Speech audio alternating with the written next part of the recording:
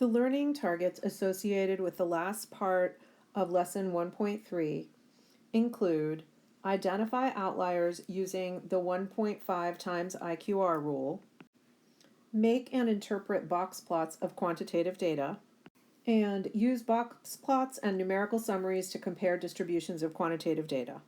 This part of the lesson is titled, Where Do I Stand? How does my height compare with other AP Statistics students? And we're going to actually use the class data that we collected in our beginning of the year survey. So even though it says in pairs, measure each other's height rounded to the nearest inch, record your height on the dot plot, and then sketch the dot plot for the whole class, we're going to use the data that we collected. So go to the link to the spreadsheet and draw the dot plot for the values that we collected from our class heights when you filled out the survey Google form. And when you've got the dot plot drawn, please turn the video back on. So just a reminder that when we draw these dot plots, we need to have kind of these perfect rows going on so that we can actually get the shape of the distribution.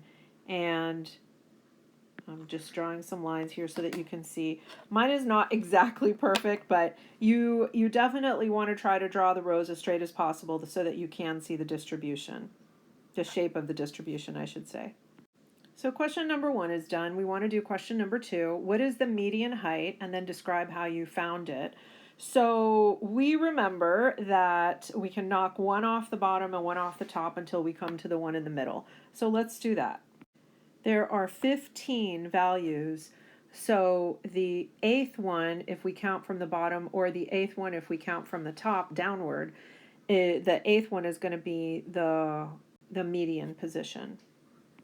So your median height is 70 inches, and we found it by locating the middle value. And just a reminder, if we had had an even number of data points, we would have found the mean of the two middle values. In question 3, we're asked to find the Q1 and the Q3. And the Q1 is the median, that's the first quartile, that's the median of the bottom half of the data. So if we look at just the data to the left of the median on the number line, and so that would be these values here. What's the middle of those values? Well, first of all, we've got 7 of them. So the middle one is going to be the 4th. So that would make 66 the Q1 or the quartile 1 value. If we look at the top half of the data, which starts at 70 and then includes these 7 values, then the middle or the median of that upper half of the data is going to be the 4th position, or it's going to be 73. So once again, what we're doing is we're breaking the data in half at the median. The below the data part is going on, or to the left of it on the number line, is going to give us an opportunity to find the Q1, and the upper half above the median is going to allow us to find the median of the upper half, which is called the Q3. So you might be wondering, there's a Q1 and a Q3, but there doesn't appear to be a Q2. Well, there actually is, and it's the median. So the median is called the Q2, and it basically means it's the number or the value halfway through the data. Let's take a look at number 4 now. Number 4 says record the following values and then use them to make a box plot. So we need to start out with the minimum, and the minimum value, now that we've got it all laid out on the dot plot, it's so easy to see. The minimum value is 62, the Q1 is 66, the median is 70, the Q3 is 73, and the maximum is 77. These numbers comprise what we call the 5-number summary. The next part of the question says that we need to use them to make a box plot. So we're going to do that. And we already saw a dot plot of the data. This is a different kind of graph, also for quantitative data only. And the way that we're going to make it is using this 5-number summary idea. So we're going to start with the minimum value. And the minimum value is 62. So I'm going to make a a little stick at 62. And at 66, I'm going to make another little stick at the median 70, another one at 73, and then another one at 77. And what I'm going to do is join up the three in the middle and turn them into a box. And then join the others to the box. And this is what's known as the box plot, or what you may have called in middle school the box and whisker plot. One of the segments of the box and whisker plot, or the box plot, represent 25% of the data. So we have 25% of the data between 62 and 66. We've got 25% of the data that is between 66 and 70. 25% of the data falls between 70 and 73. So you can see that that's narrower for that 25%. And then we've got another 25%, the top 25%, that goes from 73 to 77. Let's take a look at question number 5. And it says the interquartile range, or IQR, is defined as Q3 minus Q1. Find the IQR. Well, we can definitely do that. IQR is Q3 minus Q1. Our Q3 is 73. Our Q1 is 66. So our IQR is 7. And where do we see that in the box plot? And that's actually the box. So the IQR is the length of the box in the box plot. Okay, number 7. Now this is kind of what we've been leading up to. So it says the outlier is a data value that's way too small or way too big using the rules below. So this is how we're going to judge if something is an outlier. And are there any outliers in our data set? Show your work. So we're going to look on the lower side, or the ones that are going to be too small, and we're going to use this rule that any values that are below Q1 minus 1.5 times IQR are going to be considered outliers. Let's go through the mechanics of that. So let's plug in. We're looking for any numbers that are less than the Q1, which is 66, minus 1.5 times the IQR, which we just found was 7. So let's plug that into the calculator, and we get 55.5. So are there any values in our data set that are below 55.5? And of course there are not, because our minimum value is 62. So in this case, this means we have no outliers on the low end of the data. Now we're going to do the same thing, but we're going to look for values that are on the high end of the data that could be outliers. So now we're going to look for any values that are greater than our Q3, which is 73, plus 1.5 times our IQR of 7. So notice, before we were subtracting, this time we're adding.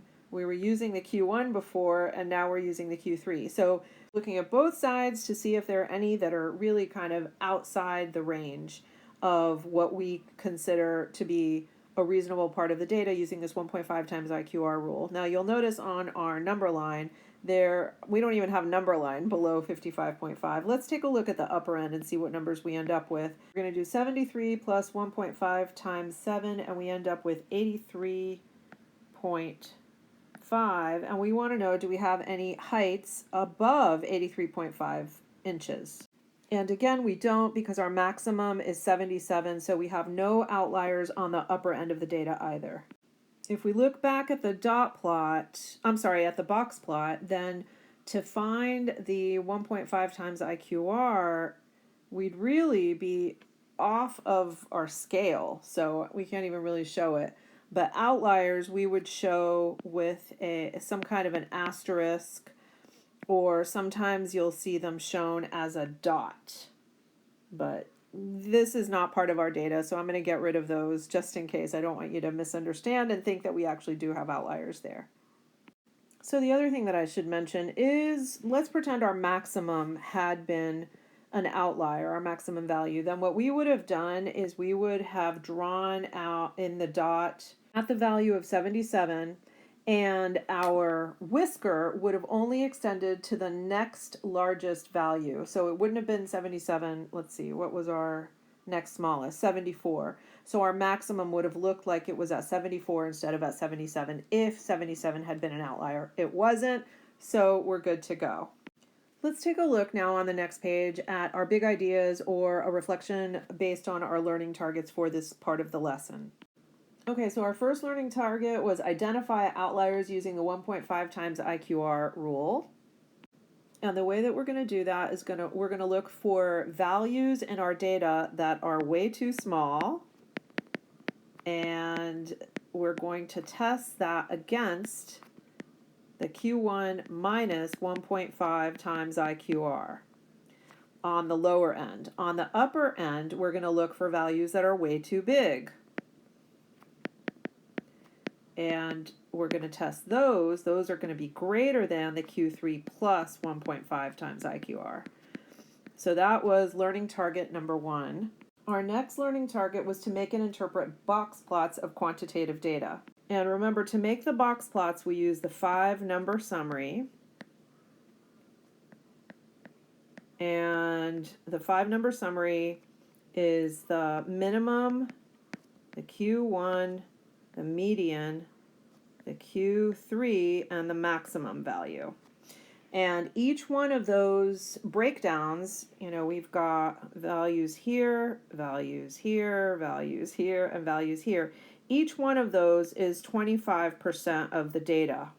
The most important thing to remember about the box plot is that you start out with your number line. So draw your number line and scale it first, because you need to demonstrate the shape of the data on the scaled number line, and that's how you show whether you've got a left skew, a right skew, or approximate symmetry. Our third learning target was use box plots and numerical summaries to compare distributions of quantitative data. And this is similar to what we saw before when we were talking about stem plots or histograms or dot plots.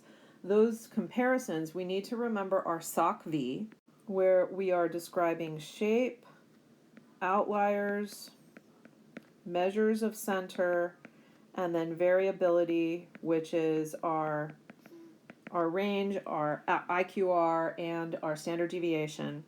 And we need to remember our comparison words.